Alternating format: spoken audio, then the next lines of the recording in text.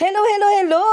Hello po sa inyong lahat mga ka-ingron. So, heto na naman po tayo for another video ng pagtatanggal natin ng ingron at saka dry skin sa ating client. Hello, September na po tayo mga ka-ingron. So, bare months na po tayo. So, eto po ang aking client na taga dito po sa amin.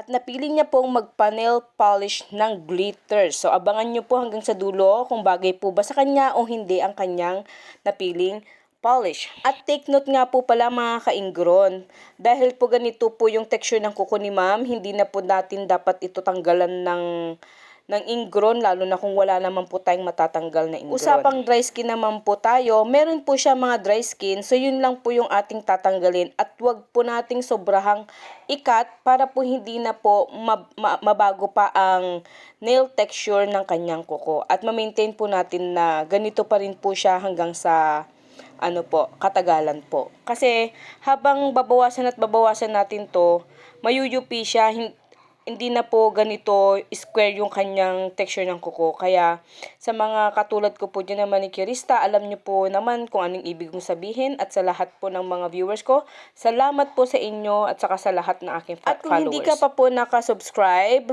at nakafollow sa aking Facebook page, please subscribe na po and click the notification bell para po ma-notify po kayo sa lahat na aking full videos and long videos na aking i-upload. Ganun na rin po sa aking Facebook page at saka sa aking Facebook Reels. Pa-follow na lang po, pa-like, comment and share na rin sa lahat na aking mga videos na i-upload. At samahan niyo po ako lagi, ka-ingron ng Abra.